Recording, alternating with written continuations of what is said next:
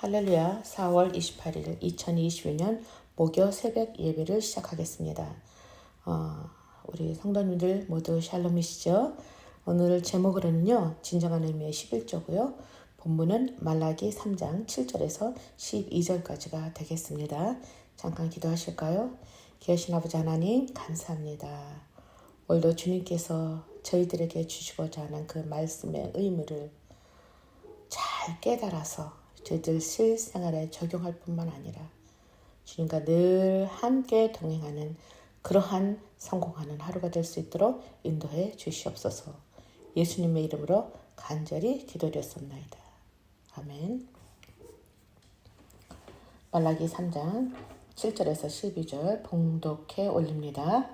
만군의 여호와가 이르노라. 너희 조상들이 날로부터 너희가 나의 규례를 떠나 지키지 아니하였도다. 그런즉 내게로 돌아오라. 그리하면 나도 너희에게 돌아가리라 하였더니 너희가 이르기를 우리가 어떻게 하여야 돌아가리이까 하는도다. 사람이 어찌 하나님의 것을 도둑질하겠느냐.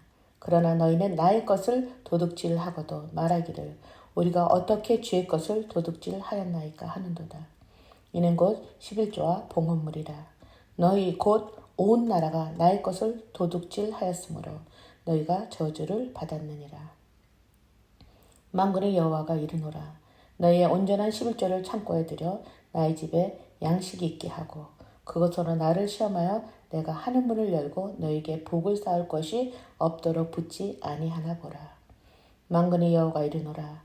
내가 너희를 위하여 메뚜기를 금하여 너희 토지 소산을 먹어 없애지 못하게 하며 너희 밭의 포도나무 열매가 기한 전에 떨어지지 않게 하리니 너희 땅이 아름다워짐으로 모든 이방인들이 너희를 복되다 하리라. 만군의 여호와의 말이니라. 아멘. 오늘 이 말씀을 통해서 진정한 의미의 말라기 선지자를 통해서 주님께서 하신 말씀이 무엇인지 한번 깊게 한번 들어가 보기로 하겠습니다. 포로 기한을 통해 성전 재건을 시작하여 그 불신과 외부적인 방해로 15년이나 걸려 성전 재건을 완성하게 됐습니다. 그래서 학사 겸 제사장 에스라를 통해 이스라엘 백성들은 그 말씀을 들음으로 말미암아 하나님께 향한 그 회개의 감격과 감사로 드리는 예배를 통해 하나님의 은혜에 대한 감격으로 벅차 있었던 것 같아요. 그런데 시간이 지나고 세월이 지나면서 이스라엘 백성들의 마음은 피폐해져 갔고 또 그들의 상황은 변함이 없고 생활은 더욱더 팍팍하여짐에 하나님께 드리는 예배 및 그 삶의 방법을 이웃 나라 그 우상 숭배하며 살아가는 이방인의 삶을 따라가게 되었던 것 같습니다. 어찌 보면요, 지금 저희들에게도 교회를 가고 예배를 드리고 기도를 한다고 했지만 하나님께서 묵묵무답이고 또 거기에 대한 안타까운 마음과 좌절함에 어떻게 보면 교회 예배 숫자도 줄어들고요. 또 교회까지 가지 않으려고 하는 그러한 저희들의 모습과 너무나 같지 않은가라는 생각이 들어지네요. 그래서 하나님께서는 그런 우리들과 또 그 이스라엘 백성들에게 말라기 선지자의 그 말씀을 통해서요. 우리에게 또 그들에게 경고를 하고 계신 것으로 생각됩니다. 사실 영적 타락의 여러 현상 중 오늘 이스라엘 백성들이 예배 올려드리려고 가져온 예물의 그 하자를 제사장조차 자신들의 생계에 위험을 느껴 온전하지 못한 예물에도 눈을 감아주며 그야말로 안팎으로 신앙의 붕괴로 하나님도 섬기고 이방인도 같이 모시는 전적인 타락으로 당시의 그 정의와 윤리가 땅에 떨어지게 된 것입니다. 지금과 너무 같은 것 같아요. 그렇죠? 그러자 하나님께서는 7절에 내게로 돌아오라. 그리하면 나도 너희에게 돌아가리라. 그런데요, 여기 백성들의 반응은요, 너무나 이렇게 뭐라 그럴까, 좀 뻔뻔하다고 그래야 될까요? 오히려 어떻게 하여야 돌아가는 것이라고 묻고 있습니다. 참 우리도 그렇잖아요. 교회도 가고 나름 헌금도 하고 말씀도 읽고 또 등등의 여러 가지를 한다고 저희들은 변명을 하기를 잘하고 있지 않습니까? 이에 말라기 선지자를 통해 하나님께서는 여기 8절 9절에 도둑질이라고 하는 말을 해요. 근데 이 도둑질이 곧 너희들의 11조와 봉헌물로 인해 저주까지를 받게 된다고 말씀을 하고 계십니다.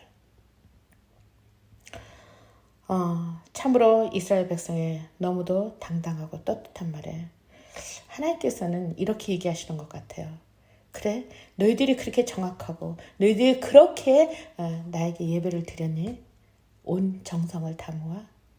그렇다면 내가 오늘 너에게 얘기하는 것은 예배의 기본적인 최소한의 신앙인으로서의 삶을 좀 살아봐라. 너희들의 행위를 좀 고쳐보라. 라고 하는 그 뜻으로 말씀한 것이 아닐까라는 생각이 들어요. 어제 우리 이현동 목사님 말씀에서 그렇게 얘기하시죠. 스승님의 말씀에 11조의 정신은 정의와 긍휼과 믿음으로 드려야 함을 언급하셨어요. 그렇죠? 참으로 정당하고 옳으신 말씀입니다. 그래서요, 오늘은 이 11조에 대한 기원으로 한번 올라가 보도록 하겠습니다. 11조의 기원은 창세기 14장 1절부터 그 14장을 전체를 이렇게 보면 거기에 등장인물이 바로 약삭빠른 아브라함의 조카 롯이 나옵니다. 그런데 그가 소돔과 고모라에서 살고 있었죠. 근데 그 주변 나라 5왕의 연합으로 전쟁이 일어났고요. 급기야는 롯과 그의 모든 가족들이 사로잡혀 볼모가 되고 모든 재산도 빼앗기는 그러한 일이 발생됩니다. 그 소식을 아브라함이 듣고 그 아브라함 집에서 길들이고 훈련된 318명의 남자들과 함께 출정하게 되죠. 그래서 아브라함이 완전한 승리로 그 빼앗겼던 모든 것을 찾아 돌아오게 됩니다. 아마 고대 시대에 그 전쟁에 승리를 하면 아마 승리자에 대한 그 환영식이 있었나 봐요. 그래서 여기에 그 14장 창세기 14장 18절 20절에 보면은 살렘 왕 멜기세덱이 떡과 포도주를 가지고 아브라함에게 지극히 높으신 하나님이여 아브라함에게 복을 주옵소서 이렇게 기원합니다. 그러자 아브라함은 그가 얻은 것의 10분의 1을 멜기세덱에게 주었더라. 자, 이렇게 보면 11조라고 하는 것은 율법이 아닌 율법 이전의 감사의 개념이라고 생각하면 맞지 않을까요? 물론 추후에 레위기 27장 30절, 신명기 14장 22절에서 29절을 통해서 율법화가 됩니다. 그래서 11조에 대한 그 유대인이 지켰던 그 철저한 율법 이것으로 생각하면 너무 무겁죠. 자, 그런데 오늘 여기 나온 멜기세덱의 정체에 대해서 우리가 한번 알아보기 시작하면요. 신약성경 히브리서 7장으로 넘어가 보면요. 멜기세덱은 어떤 사람인가? 멜기세덱은 지극히 높으신 하나님의 제사장으로 그의 의미는 의의 왕이요 살렘 왕 평강의 왕이라고 많이 들어보지 않으셨습니까? 구약에서 바로 그리스도 예수의 예표로 그는 영원한 메시아. 즉 여기에서 히브리어는 메시아라고 하죠. 구원자. 헬라어는 그리스도로. 그래서 이 멜기세덱의 반차로 영원한 제사장으로 지성소의 휘장이 갈라진과 동시에 이 예수가 이 땅에 저희들을 위한 그 11조가 되었고 또한 부활의 첫 열매가 되셨습니다. 그래서 11조는 산술적인 의미가 아닌 전체 중에 하나로 그 대표성을 나타내며 또한 첫 것이라는 뜻이기도 합니다. 그래서요, 모든 물질은 내 것이 아닌 하나님께 속한 것으로 우린 그야말이지 청지기입니다. 그래서 청지기 역할로 나머지 9도 하나님의 뜻에 따라 선한 뜻대로 쓰겠다는 고백이 나와야 돼요. 다시 창세기 14장으로 돌아가 보면요. 아브라함에게 그 소돔 왕이 전리품을 다 가지고 가라고 그렇게 얘기합니다. 그럴 때 아브라함은 멜기세덱의 축복을 통해서 배웠잖아요. 그래서 이 아브라함은 그렇게 고백하죠. 천지의 주제 하나님께 맹세하며 그 소돔 왕 당신으로부터 말미암아 불을 쌓은 것이 아니라고 하며 거절하여 돌려보냅니다. 어찌 보면 우리도 우리의 노력과 정성과 그 시간을 들여 이룬 업적이 마치 내가 한 것처럼 착각하며 살아갈 때가 얼마나 많습니까?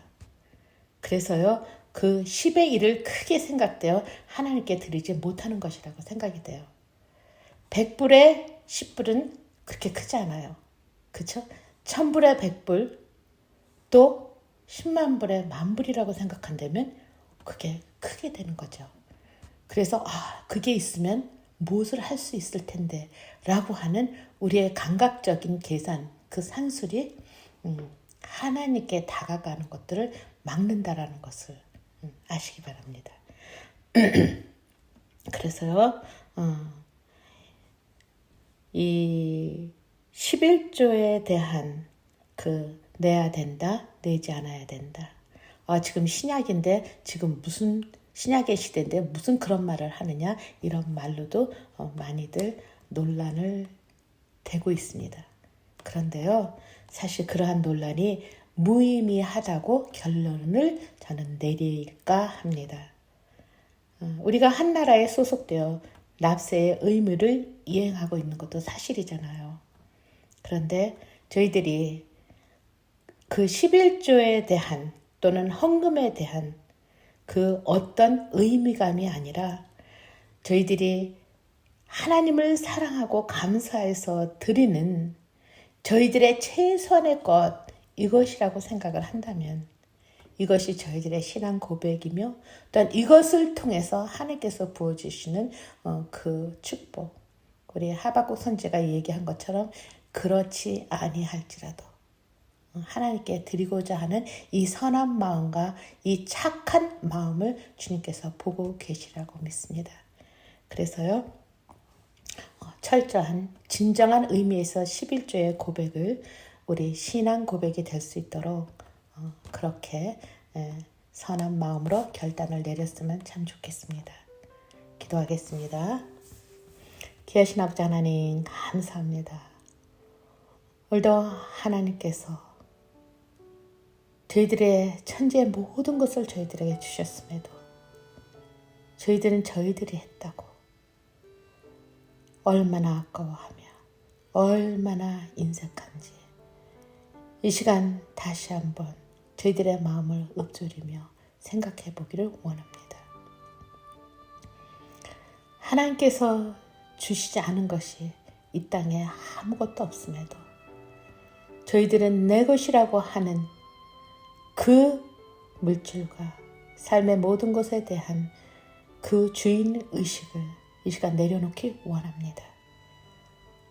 하나님께서 저희들을 조성하시고 저희들의 생기를 누워주신 사람으로 이 땅에 태어나서 주신 그 많은 것들 중에 매일매일 감사하며 참으로 공기 하나조차도 저희들이 만들 수 없음을 이 시간 고백하기 원합니다. 주여 도와주시옵시고 다시 한번 하나님을 사랑하는 놀라운 고백 안에 11조와 헌물에 대한 그러한 인색한 마음이 없도록 주님께서 인도하여 주시옵소서. 예수님의 이름으로 간절히 기도드렸습니다. 아멘. 이제는 우리를 구원해 주신 그리스도 예수의 은혜와 하나님의 그 높으시고 고매하신 사랑과 성령의 교통하심이 오늘 하나님의 모든 것을 갖고 그것이 내 거인 것처럼 사용하려고 하는 어리석은 마음이 썩 없어지도록 주님께서 주시는 선한 마음의 신앙 고백이 나올 수 있는 우리의 아름다운 교회 성도님들과 이 시간 함께하는 모든 당신의 백성들 위해 영원히 함께하옵시기를 간절히 축원하옵나이다. 아멘.